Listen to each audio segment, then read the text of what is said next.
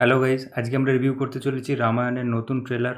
অনেকদিন পর একটা রামায়ণের মুভি বেরিয়েছে। লাস্ট টাইম যে মুভিটা বেরিয়েছিল সেটা ছিল আদিপুরুষ, যেটা মুভির থেকে বেশি একটা ইনসাল্ট ছিল রামায়ণের উপর। কিন্তু এই দিওয়ালিতে 2026-এ একটা নতুন movie directed by Nitesh Tiwari, Ramayana দুটো পার্টে বেরোতে চলেছে। তো ফার্স্ট পার্ট যেটা হচ্ছে রাবণ রাজ। তো ট্রেলারের প্রথমেই দেখা যায় রাবণ একটা পাহাড় ঘেরা এলাকার মধ্যে ঢুকছে, যেটা তার রাজত্ব, তার ভাইয়ের রাজত্ব অ্যাকচুয়ালি কুবেরের, সেখানে ঢুকছে। তো এই পরিবেশটা পাহাড়ে ঘেরা ঠিকই দেখানো হয়েছে। আমরা যদি বর্তমান জায়গায় যেটাকে রাবণের রাজত্ব বলা হয়, সেটা একটা উঁচু পাহাড়ের উপর অবস্থিত। তো এই জায়গাটা ঠিকঠাকই দেখানো হয়েছে। তো এই ট্রেলারে আমি বিশ্লেষণ করে দেখব যে কোন জায়গাটা ঠিক, কোন জায়গাটা কতটা ভুল দেখানো হয়েছে, কতটা ভালো বা সিনেমাটা সাকসেস কতটা হতে পারে সেটা দেখব। তো বাল্মীকি রামায়ণ অনুসারে এটা বানানো হয়েছে। তো সেখানে যেমন বর্ণনা করে আছে রাবণের রাজত্ব বা রাজপ্রাসাদ যেরকম সাদা পাথরের এবং তাতে সোনার কাজ করা, সেখানে ঠিকঠাকই এটা দেখানো হয়েছে। আমরা কিছু ভালো ভালো দিকও দেখব এবং খারাপ জিনিসও দেখব ট্রেলারের মধ্যে, যে জায়গাটা আরও ভালো হতে পারতো সেই জায়গাগুলো আমরা দেখব। তো রাবণকে এখানে ধুলোমাখা অবস্থায় দেখা যাচ্ছে।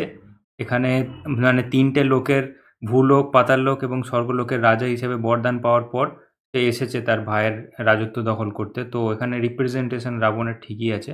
এবং কিছু কিছু জায়গায় যে এদের সাজ পোশাক, রাবণ হোক, রাম হোক, সীতা হোক, এদের সাজ পোশাকগুলো অত্যন্ত সুন্দরভাবে করা হয়েছে এবং এদের যে মডেলিং আছে, প্রাসাদের যে মডেল আছে, সেটা অত্যন্ত সুন্দরভাবে করা হয়েছে।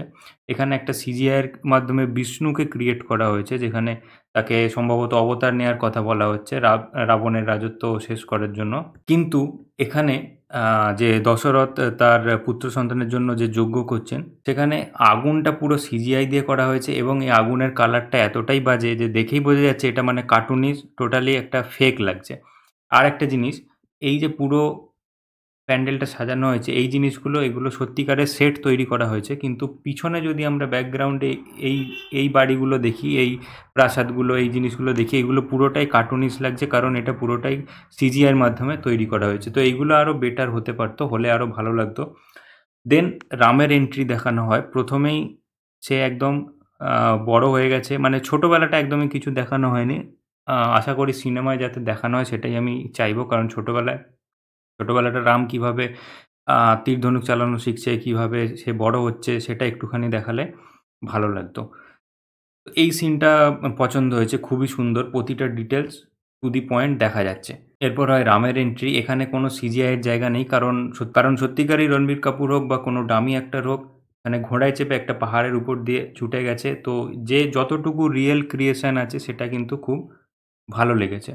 রাম যেসব শত্রুকে দমন করে বা রাক্ষসকে দমন করে, তাদেরকে কিন্তু পুরো কার্টুনিশ এবং ভিডিও গেমের ক্যারেক্টার হিসেবে এখানে পোর্ট্রে করা হয়েছে। এই যে ক্যারেক্টারটা আরও বেটার হতে পারত, রাক্ষসের যে মডেলটা তৈরি করা হয়েছে। দেন যে রাজপ্রাসাদ সাজানো হয়েছে, এটা কিন্তু খুব সুন্দর, টু দি পয়েন্ট, এখানে কোনো প্রশ্নের কোনো জায়গা নেই। এখানে সীতার স্বয়ম্বর সভায় রামের হরধনু ভঙ্গটা দেখানো হয়েছে। সবই ঠিক আছে, সভা বসেছে, এখানে রাম এক হাতে ধনুক চাগিয়ে এখানে ধনুকে সুতোটা বাঁধছে এবং এই হরধনু ভঙ্গটা যে সীতার স্বয়ম্বর সভায় হয়েছিল সেটা কিন্তু জনকপুরী বা নেপালে, বর্তমান জায়গা নেপালে, তার এখন বর্তমান নাম জনকপুর। তো সেই জন্য এখানে পিছনে পাহাড় দেখানো হয়েছে এবং যে এই সভার যে বিল্ডিংগুলো আছে তার যে স্টাইল, সেগুলো কিন্তু নেপালি স্টাইল বা বুদ্ধিস্ট স্টাইলে দেখানো হয়েছে। তো এই ডিটেলসটাও কিন্তু খুব সুন্দরভাবে এখানে রিপ্রেজেন্ট করা হয়েছে। দেন সীতার এন্ট্রি যেখানে হয়, খুবই সুন্দরভাবে তাকে সাজানো হয়েছে।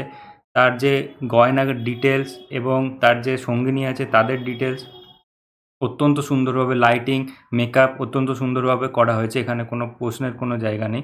প্রতিটা জিনিসই খুব সুন্দরভাবে ফুটিয়ে তোলা হয়েছে। ইভেন যে হিন্দি সিনেমাটা আসতে চলেছে, সাই পল্লবী সেই হিন্দিতেও নিজে লিপসিং করেছে। মানে উনি একজন সাউথের অ্যাক্টর, হিন্দি জানেন না, কিন্তু তা সত্ত্বেও নিজের ডায়লগ কিন্তু হিন্দি সিনেমায় নিজেই রেকর্ড করেছেন। তারপর এখানে আসি, রাম সীতা যখন অযোধ্যা ছেড়ে চলে যাচ্ছে, তখন সেটা রাতের বেলা দেখানো হয়েছে, কিন্তু বাল্মীকি রামায়ণ অনুযায়ী অ্যাকচুয়ালি জিনিসটা হয়েছিল দিনের বেলা, ঠিক আছে? কিন্তু এখানে দেখানো হচ্ছে রাতের বেলা ওরা মহল ছেড়ে চলে যাচ্ছে। অ্যাকচুয়ালি দিনের বেলা অযোধ্যা থেকে বেরিয়ে যে তমসা রিভার ছিল, তমসা নদীর তীরে তারা প্রথম দিনটা প্রথম রাতটা কাটিয়েছিল এবং সেখানে অযোধ্যাবাসী খুব ব্যাপকভাবে ভিড় করেছিল। তাদেরকে চকমা দিয়ে বেরিয়ে গেছিল রাম, সীতা এবং লক্ষ্মণ ভোরের দিকে, ভোর হওয়ার আগে। তো প্রথম রাতটা কিন্তু তমসা নদীর তীরে অযোধ্যাবাসীর সাথে রাম, লক্ষ্মণ, সীতা কাটিয়েছিলেন। সেটা দেখানো উচিত ছিল, কিন্তু সিনেমা একটুখানি মিস করে দিয়েছে। রাতের বেলায় অযোধ্যা থেকে বেরোচ্ছে সেটা দেখানো হয়েছে। আই থিঙ্ক এটা দেখানো হয়েছে বিকজ যে নেগেটিভিটিটা তারা এটা একটা নেগেটিভ সিন, সেজন্য রাতটা ইউজ করে নেগেটিভিটিটা দেখানোর চেষ্টা করা হয়েছে। দেন শূর্পণখার এন্ট্রি হয় এবং এই যে দাঁতালো প্রাণী, এটা না বেড়াল, না কুকুর, না চিতাবাঘ, না বাঘ, না সিংহ, কী যে করেছে এটা কিন্তু আমার খুব একটা পছন্দ হয়নি। শূর্পণখা একাই রথ চালিয়ে ঢুকে যাচ্ছে, ২ টো বাঘ লাগিয়ে দিয়েছে তার আগে। এটা আরও বেটার হতে পারত এবং পিছনের জঙ্গলটা পুরোটাই সিজিআই ক্রিয়েটেড। এটা অ্যাকচুয়ালি একটা জঙ্গল, অ্যাটলিস্ট একটা জঙ্গলে শ্যুট করার উচিত ছিল, কিন্তু সেটা হয়নি এখানে। দেন পুষ্পক বিমান, সিনেমায় যে পুষ্পক বিমান দেখানো হয়েছে একটা পদ্ম ফুলের আকারে পুষ্পক বিমান দেখানো হয়েছে, কিন্তু বাল্মীকি রামায়ণে যে পুষ্পক বিমানে ডেসক্রাইব করেছে সেটা কিন্তু অনেকটাই আলাদা। অ্যাকচুয়াল পুষ্পক বিমান হওয়া উচিত ছিল একটা মন্দিরের মতো বা একটা রাজপ্রাসাদ পুরো, সেখানে কিছু পাখা লাগানো এই টাইপের কিছু দেখানো উচিত ছিল, কিন্তু এখানে একটা হট এয়ার বেলুন টাইপের দেখানো হয়েছে। বাল্মীকি রামায়ণ অনুযায়ী পুষ্পক বিমান এরকম কিছু একটা দেখানো উচিত ছিল। পুষ্পক বিমানের নাম পুষ্পক কেন হয়? কারণ ফুলের ডিজাইন, ভিতরে অনেক ফুলের ডিজাইন ছিল পুষ্পক বিমানের, নামটা হয় পুষ্পক বিমান। এটা অ্যাকচুয়ালি কুবেরের বিমান ছিল, তারপর সেটা রাবণ ইউজ করে, তারপর সেটা রাম সীতাকে নিয়ে যখন অযোধ্যা ফেরে সেটা ব্যবহার করে। এখানে আরেকটু বেটার হতে পারতো। যাই হোক, আরেকটা রাবণের সাথে সিন আছে, একটা সিংহকে রাবণ চুপ করে দিচ্ছে। এটা এখন ইদানিং এই কয়েক বছর ধরে আমি দেখছি বেশ কিছু সিনেমায় এটা ইউজ করা হচ্ছে। আমি ছাওয়া সিনেমা বা RRR বা এই রামায়ণ সিনেমাতেও দেখলাম যে সিংহ বা বাঘের সাথে লড়াই করে নায়ক জিতে যাচ্ছে। যেখানে মানে পোট্রে করা হচ্ছে বাঘের থেকেও বা সিংহের থেকেও নায়কের পাওয়ার বেশি। দেন দেখানো হচ্ছে লক্ষ্মণ কোথাও যাওয়ার আগে একটা বাঁশের তৈরি বা বেতের তৈরি বর্ম গায়ে পরছে, হুইচ ইজ গুড। কারণ জঙ্গলে লোহা-টোহা বানানো ওদের পক্ষে সম্ভব ছিল না। বেতের ওরা পড়ছে বর্ম দিয়ে, কিন্তু যে রাক্ষস ক্যারেক্টারের সাথে যুদ্ধ করা হচ্ছে সেটা পুরোই সিজিআই এবং কার্টুনিস্ট। মানুষের সাথে যদি রাক্ষসটা তুলনা করা হয় অনেকটাই ডিফারেন্স, এবং তারা যে জঙ্গলটায় দাঁড়িয়ে আছে এটাও ফেক, পুরোটাই ফেক এবং ভিডিও গেম টাইপের লাগছে। আরেকটা বড় মিস্টেক, বাল্মীকি রামায়ণে কোথাও লেখা নেই কিন্তু সীতা ঢাল তরোয়াল নিয়ে যুদ্ধ করেছিল, বা তার কোনো মেনশন নেই ঢাল তরোয়াল চালাতে জানতো কি না আদৌ। এখানে একটা সিনে ১ সেকেন্ডের জন্য এটা দেখানো হয়েছে। কেন দেখানো হয়েছে হয়তো সিনেমা দেখলে বোঝা যাবে।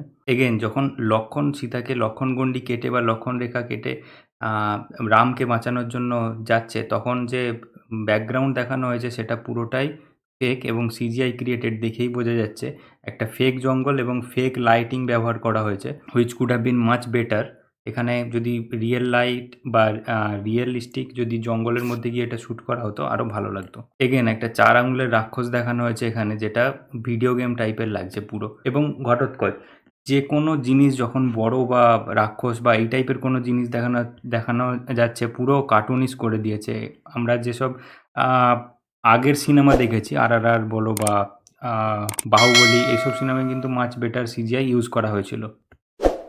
তো এটাই ছিল রামায়ণের রিভিউ। ট্রেলার কেমন লেগেছে আমাকে অবশ্যই কমেন্ট করে জানাও।